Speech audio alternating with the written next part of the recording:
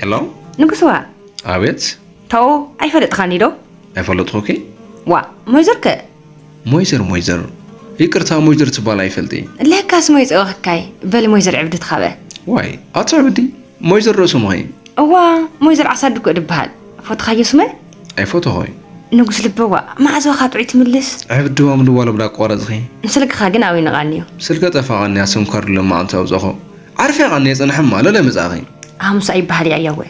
ሙቁር ቃላት ፍቅር ኸደ ሰማዕኹ ድብር ውልቃኒ ወድበሃል ዋይ ንጉስ ስራሕ ስእነ ኣና ግን ድምጽ ኻደ ሰማዕኹ ደቡር ንውልቃኒ ኣታ ናይ ምልኸተኒዮ እንድሕር ክልኽ ባካ ህይወት ውጽእ ለበይዛኺ ከይትሓስቦ እስኻኮ እዚኳ ሰውኣየካ ድኾን ብለድሙኒዮ ንሓልመ ወድበኻ ስማዕሎ ኸለይ ካልበድ ፎቶካ ዳፍቅረካ ኣይ ንጉስ ልበበኻ ዕብዲ ቻው ልበደስ ምእንቲ ክብላ ባይ ፎቶ ክብለኒ ይዘለክ እምኒ ባዕልኽ ትፈልጢ ንጉስ ሄሎ